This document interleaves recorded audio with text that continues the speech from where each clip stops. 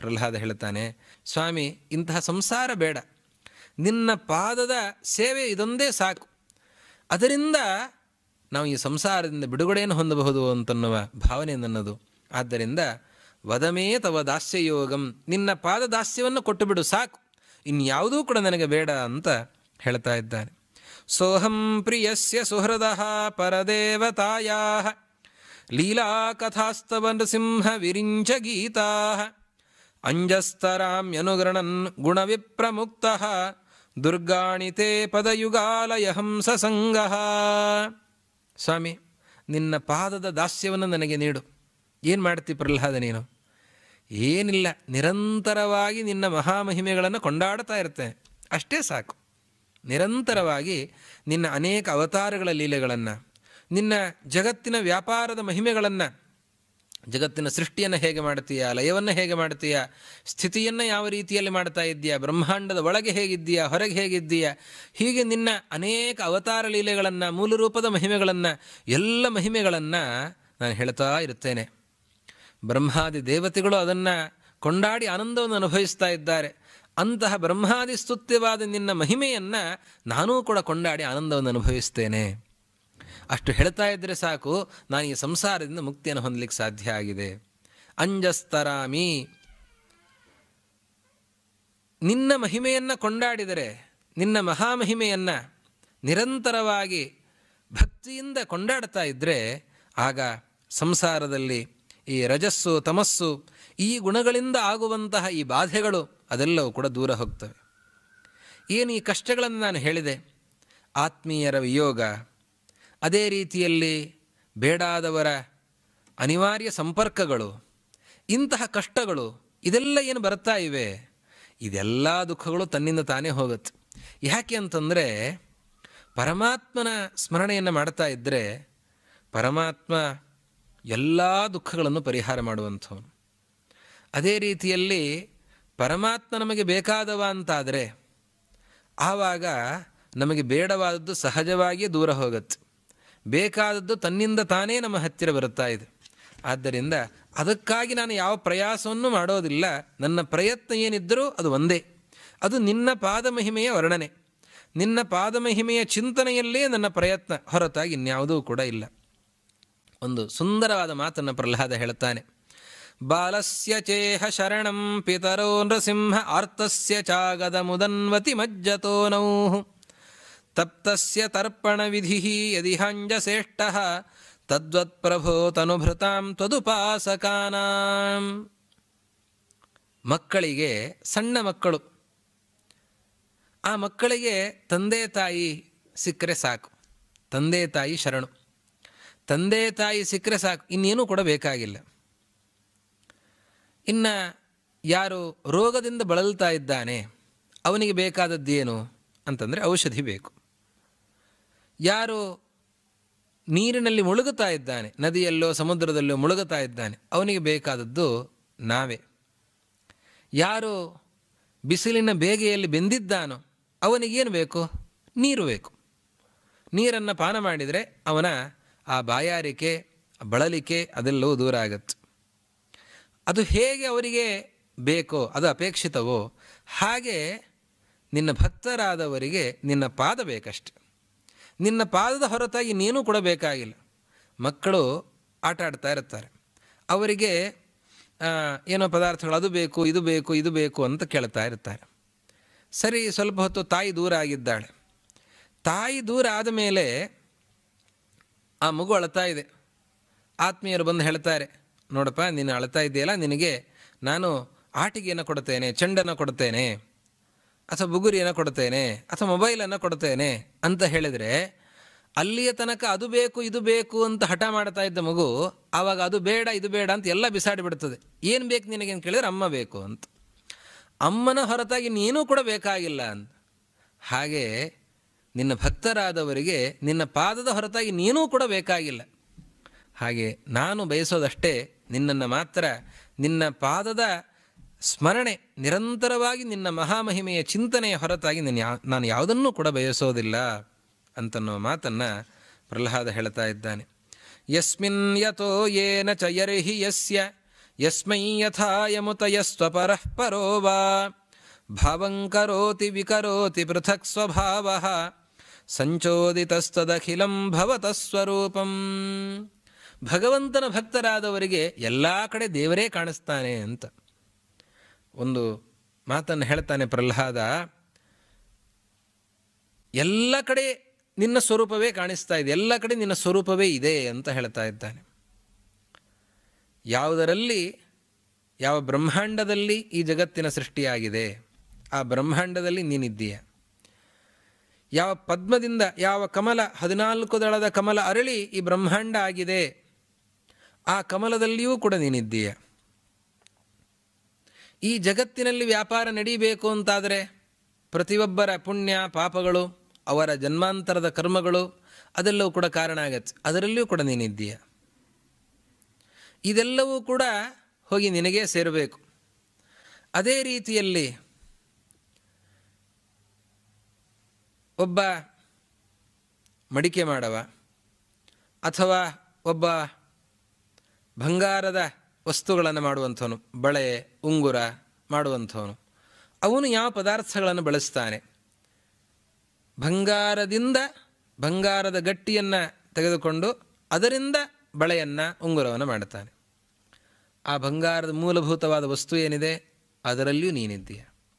ಅದರಿಂದ ನಿರ್ಮಾಣವಾಗುವ ವಸ್ತು ಏನಿದೆ ಅದರಲ್ಲಿಯೂ ನೀನಿದ್ದೀಯ. ಯಾವ ಯಂತ್ರಗಳನ್ನು ಬಳಸ್ತಾ ಇದ್ದಾನೆ ಅದರಲ್ಲಿಯೂ ನೀನಿದ್ದೀಯ. ಯಾವ ವ್ಯಕ್ತಿ ಮಾಡ್ತಾ ಇದ್ದಾನೆ ಅವನಲ್ಲಿಯೂ ನೀನಿದ್ದೀಯ. ಅವನಿಗೇನೊಂದು ಜ್ಞಾನ ಇದೆ, ಈ ವಸ್ತುವನ್ನು ಇಷ್ಟರ ಪ್ರಮಾಣದಲ್ಲಿ ಹೀಗೆ ಬಳಸಿದರೆ ಆವಾಗ ಇದರಿಂದ ಇಂತಹ ವಸ್ತು ಸಿದ್ಧ ಆಗತ್ತೆ ಅಂತ, ಅದಕ್ಕೂ ಕೂಡ ಪ್ರೇರಕನಾಗಿ ನೀನೇ ಇದ್ದೀಯ. ಹೀಗೆ ಎಲ್ಲ ಕಡೆ ನೀನಿದ್ದೀಯಾ, ಸರ್ವತ್ರ ವ್ಯಾಪ್ತನಾಗಿದ್ದೀಯಾ, ನಿನ್ನ ಸ್ವರೂಪವೇ ಎಲ್ಲ ಕಡೆ ಇದೆ ಅನ್ನೋದನ್ನು ಪ್ರಹ್ಲಾದ ಹೇಳ್ತಾ ಇದ್ದಾನೆ. ನಿನ್ನ ಈ ಮಹಾಮಹಿಮೆ ಇದನ್ನು ನಾವು ಚಿಂತನೆ ಮಾಡಬೇಕು. ನಿನ್ನ ಈ ಮಹಾಮಹಿಮೆಯ ಚಿಂತನೆಯನ್ನು ಮಾಡೋದರಿಂದ ಮಾತ್ರ ನಾವು ಸಂಸಾರದಿಂದ ಮುಕ್ತರಾಗಲಿಕ್ಕೆ ಸಾಧ್ಯ. ಮಾಯಾ ಮನಸ್ಸೃಜತಿ ಕರ್ಮಮಯಂ ಬಲೀಯಃ ಕಾಲೇನ ಚೋದಿತ ಗುಣಾನುಮತೇನ ಪುಂಸಃ ಛಂದೋಮಯಂ ಯದಜಯಾರ್ಪಿತ ಷೋಡಶಾರಂ ಸಂಸಾರ ಚಕ್ರಮಜ ಕೋತಿತರೇ ತ್ವದನ್ಯಃ. ಈ ಮನಸ್ಸೇ ಈ ಸಂಸಾರದ ಬಂಧನಕ್ಕೂ ಕೂಡ ಕಾರಣ, ಈ ಸಂಸಾರದ ಮೋಚನೆಗೂ ಕೂಡ ಕಾರಣ. ಇದೇ ಮಾತನ್ನು ಕಪಿಲನು ಕೂಡ ಹೇಳಿದ್ದಾನೆ. ಚೇತಃ ಖಲ್ವಸ್ಯ ಬಂಧಾಯ ಮುಕ್ತಯೇ ಚಾತ್ಮನೋ ಮತಂ ಗುಣೇಶು ಸಕ್ತಂ ಬಂಧಾಯ ರಥಂ ವಾ ಪುಂಸಿ ಮುಕ್ತಯೇ. ಈ ಮನಸ್ಸು ಇದು ಸಂಸಾರದ ಬಂಧನಕ್ಕೂ ಕಾರಣ ಆಗತ್ತೆ, ಸಂಸಾರದಿಂದ ಮೋಚನೆಗೂ ಕೂಡ ಕಾರಣ ಆಗತ್ತೆ. ಹೇಗೆ ಅಂತಂದರೆ, ಅದು ಮನಸ್ಸು ಅನ್ನೋದು ಕೀಲಿಕಾಯಿ ಇದ್ದ ಹಾಗೆ. ಕೀಲಿಕಾಯಿ, ಒಂದೇ ಕೀಲಿಕಾಯಿ ಬೀಗವನ್ನು ಹಾಕೋದಕ್ಕೂ ಕಾರಣ ಆಗತ್ತೆ, ಬೀಗವನ್ನು ತೆಗೆಯೋದಕ್ಕೂ ಕಾರಣ ಆಗತ್ತೆ. ಹೇಗೆ? ಎಡಕ್ಕೆ ನಾವು ತಿರುಗಿಸಿದರೆ ಬೀಗ ಹಾಕ್ಕೊಳ್ಳತ್ತೆ, ಬಲಕ್ಕೆ ತಿರುಗಿಸಿದರೆ ಬೀಗ ತೆರೆದುಕೊಳ್ಳತ್ತೆ. ಹಾಕೋದಕ್ಕೆ ಬೇರೆ, ತೆಗೆಯೋದಕ್ಕೆ ಬೇರೆ ಅಂತ ಏನಾದರೂ ಇದೆಯಾ? ಇಲ್ಲ. ಒಂದೇ ಕೀಲಿಕಾಯಿ, ಅದು ಬೀಗವನ್ನು ಹಾಕೋದಕ್ಕೂ ಕಾರಣ, ಬೀಗವನ್ನು ತೆಗೆಯೋದಕ್ಕೂ ಕಾರಣ. ಹಾಗೆ ಒಂದೇ ಮನಸ್ಸು, ಅದು ಸಂಸಾರದ ಬಂಧನಕ್ಕೂ ಕಾರಣ, ಸಂಸಾರದ ಮೋಚನೆಗೂ ಕೂಡ ಕಾರಣ. ಹೇಗೆ ಅಂತಂದರೆ, ಎಡಕ್ಕೆ ಬೀಗದ ಕೈ ತಿರುಗಿದರೆ ಬಂಧನ ಆಯಿತು. ಹಾಗೆ ಎಡಕ್ಕೆ ಮನಸ್ಸು ತಿರುಗಿತು ಅಂತಂದರೆ ಆವಾಗ ಬಂಧನ ಆಗತ್ತೆ.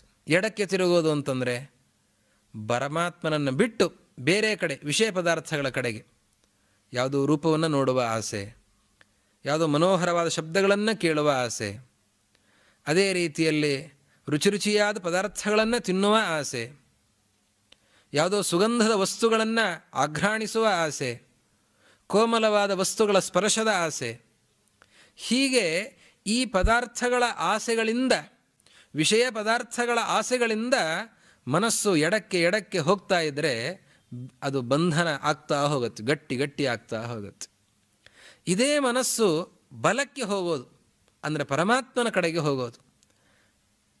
ಪರಮಾತ್ಮ ಬಲಕ್ಕೆ ಇದ್ದಾನೆ, ಅವನ ಕಡೆಗೆ ನಮ್ಮ ಮನಸ್ಸು ಹೋಯಿತು ಅಂತಾದರೆ ಆವಾಗ ಆ ಬಂಧನ ಬಿಡಿಸ್ತಾ ಹೋಗುತ್ತೆ. ಅದಕ್ಕೆ ಪ್ರದಕ್ಷಿಣೆ ಬರೋದು ಅಂತ, ದೇವರಿಗೆ ಪ್ರದಕ್ಷಿಣೆ ಬರೋದು. ಬಲಕ್ಕೆ ತಿರುಗುತ್ತಾ ಹೋಗಬೇಕು, ದೇವರಿಗೆ ನಾವು ಸುತ್ತು ಬರುತ್ತಾ ಹೋಗಬೇಕು. ನಮ್ಮ ಮನಸ್ಸು, ಶರೀರ ಮಾತ್ರ ಬಲಕ್ಕೆ ತಿರುಗೋದಲ್ಲ, ನಮ್ಮ ಮನಸ್ಸು ಬಲಕ್ಕೆ ತಿರುಗಬೇಕು.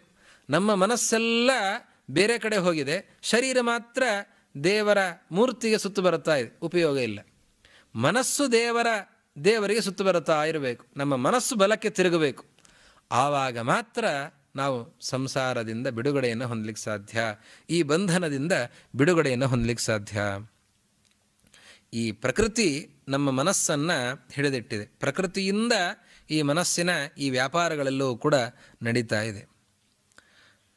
ಇದೆಲ್ಲವೂ ಕೂಡ ಇಲ್ಲಿ ಹೇಳ್ತಾರೆ ಷೋಡಶ ಅರಂ ಅಂತ, 16 ಅರಗಳು ಅಂತಂದರೆ ಈ ಚಕ್ರಕ್ಕೆ ಇರುವ ಕಡ್ಡಿಗಳಂತೆ ಈ 16 ಆ ಬಂಧಕವಾಗಿರುವ ಕಡ್ಡಿಗಳು. ಯಾವುದು ಅಂತಂದರೆ 10 ಇಂದ್ರಿಯಗಳು, 5 ಜ್ಞಾನೇಂದ್ರಿಯ, 5 ಕರ್ಮೇಂದ್ರಿಯ. ಅದೇ ರೀತಿಯಲ್ಲಿ ಪಂಚಪ್ರಾಣ, ಪ್ರಾಣ ಅಪಾನ ವ್ಯಾನ ಉದಾನ ಸಮಾನ, ಮನಸ್ಸು, ಈ 16. ಈ 16ರ ಈ ಬಂಧನ, ಈ ಸಂಸಾರ ಚಕ್ರ, ಅದರಲ್ಲಿ ನಾವು ಸುತ್ತಾ ಇದ್ದೇವೆ, ತಿರುಗುತ್ತಾ ಇದ್ದೇವೆ. ಚಕ್ರ ಹೇಗೆ ಈ ಕಡ್ಡಿಗಳಲ್ಲಿ ತಿರುಗುತ್ತಾ ಇರ್ತದೋ ಹಾಗೆ ಈ ಸಂಸಾರದ ಚಕ್ರ ಈ 16ರಲ್ಲಿ ತಿರುಗುತ್ತಾ ಇದೆ. ಅದರ ಬಂಧನದಲ್ಲಿ ನಾವು ಸಿಕ್ಕಾಕೊಂಡಿದ್ದೇವೆ. ಇದರಿಂದ ಮೋಚನೆ ಆಗಬೇಕು ಅಂತಂದರೆ ಅದು ಪರಮಾತ್ಮನೇ ನಮ್ಮನ್ನು ಬಿಡುಗಡೆಗೊಳಿಸಬೇಕು ಹೊರತಾಗಿ ಬೇರೆ ದಾರಿಯೇ ಇಲ್ಲ. ಆದ್ದರಿಂದ ನಾವು ಪರಮಾತ್ಮನಿಗೆ ಶರಣಾಗಬೇಕು. ಸತ್ವಂ ಹಿ ನಿತ್ಯ ವಿಜಿತಾತ್ಮ ಗುಣಸ್ವಧಾಮ್ನ ಕಾಲೋ ವಶೀಕೃತ ವಿಸೃಜ್ಯ ವಿಸರ್ಗ ಶಕ್ತಿ ಚಕ್ರೇ ವಿಸೃಷ್ಟಮಜಯೇಶ್ವರ ಷೋಡಶಾರೇ ನಿಷ್ಪೀಡ್ಯಮಾನಮುಪಕರ್ಷ ವಿಭೋ ಪ್ರಪನ್ನಂ. ನೀನು ಇದೆಲ್ಲದರಿಂದ ಮುಕ್ತನಾಗಿದ್ದೀಯ. ನೀನು ನಿನ್ನ ಆನಂದದಲ್ಲಿ ನೀನಿದ್ದೀಯ. ಅವನಿಗೆ ಯಾವ ಬಂಧನವೂ ಕೊಡಿಲ್ಲ, ಪರಮಾತ್ಮನಿಗೆ ಗುಣಗಳ ಬಂಧನ ಇಲ್ಲ. ಸತ್ವ ರಜಸ್ಸು ತಮಸ್ಸು ಅಂತನ್ನುವ ಗುಣಗಳ ಬಂಧನ ಇಲ್ಲ. ಅದನ್ನು ಗುಣ ಅಂತ ಕರೀತಾರೆ. ಗುಣ ದೋಷ ಅಂತ ಕರಿಬೇಕಿತ್ತಲ್ಲ, ಗುಣ ಅಂತ ಯಾಕೆ ಕರೀತಾರೆ ಅಂತನ್ನುವ ಪ್ರಶ್ನೆ. ಸತ್ವ ರಜಸ್ಸು ತಮಸ್ಸು ಇದೆಲ್ಲವೂ ಬಂಧನಕ್ಕೆ ಕಾರಣ ಆಗತ್ತೆ ಅಂತಂದರೆ ಅದನ್ನು ದೋಷ ಅಂತ ಹೇಳಬೇಕು. ಗುಣ ಅಂತ ಹೇಳೋದು ಯಾಕೆ ಅಂತಂದರೆ ಸಂಸ್ಕೃತದಲ್ಲಿ ಗುಣ ಅಂತಂದರೆ ಹಗ್ಗ. ಕಟ್ಟೋದಕ್ಕೆ ನಾವು ಹಗ್ಗವನ್ನು ಬಳಸ್ತೇವೆ. ಸತ್ವ ರಜಸ್ಸು ತಮಸ್ಸು ಇವುಗಳನ್ನು ಗುಣ ಅಂತ ಹೇಳಿದ್ದು ಯಾವ ಅಭಿಪ್ರಾಯದಲ್ಲಿ ಅಂತಂದರೆ ಅದು ಹಗ್ಗ ಇದ್ದ ಹಾಗೆ ಅಂತ. ಹಗ್ಗ ಹೇಗೆ ಕಟ್ಟೋದಕ್ಕೆ ಸಾಧನವೋ ಹಾಗೆ ನಮ್ಮನ್ನು ಕಟ್ಟಿ ಹಾಕೋದಕ್ಕೆ, ಸಂಸಾರದಲ್ಲಿ ಕಟ್ಟಿ ಹಾಕೋದಕ್ಕೆ ಸತ್ವ ರಜಸ್ಸು ತಮಸ್ಸು ಇವುಗಳು ಕಾರಣ. ಆದ್ದರಿಂದ ಅವುಗಳನ್ನು ಗುಣ ಅಂತ ಹೇಳ್ತಾ ಇದ್ದಾರೆ. ಅಂತಹ ಗುಣಗಳು, ಈ ಗುಣಗಳನ್ನೆಲ್ಲ ಮೀರಿದವನು ಅಂದರೆ ಆ ಗುಣಗಳ ಬಂಧನ ಅವನಿಗಿಲ್ಲ. ಆ ಗುಣಗಳನ್ನು ನಿಯಮಿಸೋನು ಅವನು ಹೊರತಾಗಿ ಆ ಗುಣಗಳ ಬಂಧನ ಅವನಿಗಿಲ್ಲ. ಈ ಶರೀರದ ಈ ಅವಸ್ಥೆಗಳು, ಶರೀರದಲ್ಲಿ ಅನೇಕ ರೀತಿಯ ಅವಸ್ಥೆಗಳು, ಬಾಲ್ಯ ಯೌವನ ವಾರ್ಧಕ್ಯ ಅನ್ನುವ ಅವಸ್ಥೆಗಳು ನಮಗೇನು ಉಂಟಾಗ್ತಾ ಇವೆ. ರೋಗ ಉಂಟಾಗ್ತಾ ಇದೆ, ಕಣ್ಣು ಸರಿ ಕಾಣೋದಿಲ್ಲ, ಕಿವಿ ಸರಿ ಕೇಳೋದಿಲ್ಲ ಅಂತನ್ನುವ ಈ ಅವಸ್ಥೆಗಳು, ಅನೇಕ ರೀತಿಯಾದಂತಹ ಕಷ್ಟಗಳು ಶರೀರದಿಂದ ಏನು ಉಂಟಾಗ್ತಾ ಇವೆ, ಅದು ಯಾವುದೂ ಕೂಡ ಅವನಿಗಿಲ್ಲ. ಯಾಕೆ? ಇಂತಹ ಪ್ರಾಕೃತವಾದ ಶರೀರವೇ ಅವನಿಗಿಲ್ಲ. ಸ್ವರೂಪಭೂತವಾಗಿರುವ ಶರೀರ ಪರಮಾತ್ಮನ ಶರೀರ ಅಂತಂದರೆ ಜ್ಞಾನಾನಂದಾತ್ಮಕವಾಗಿರುವ ಶರೀರ ಅಂಥವನು. ಹೀಗಾಗಿ ಪರಮಾತ್ಮ ನೀನೇ ಇದಕ್ಕೆ ಸಮರ್ಥ. ನಾವು ಈ 16ರ ಬಂಧನದಲ್ಲಿ ಸಿಕ್ಕಾಕೊಂಡಿದ್ದೇವೆ. ಅದರಿಂದ ಆ 16 ಕಡ್ಡಿಗಳ ಈ ಚಕ್ರದಲ್ಲಿ ತಿರುಗುತ್ತಾ ಇದ್ದೇವೆ. ಇದರಿಂದ ಮೋಚನೆಗೊಳಿಸಬೇಕಾದವನು ನೀನೇ. ಆದ್ದರಿಂದ ನಮ್ಮನ್ನು ಇಲ್ಲಿದ ಪಾರ ಮಾಡು ಅಂತ ಕೇಳ್ತಾ ಇದ್ದಾರೆ.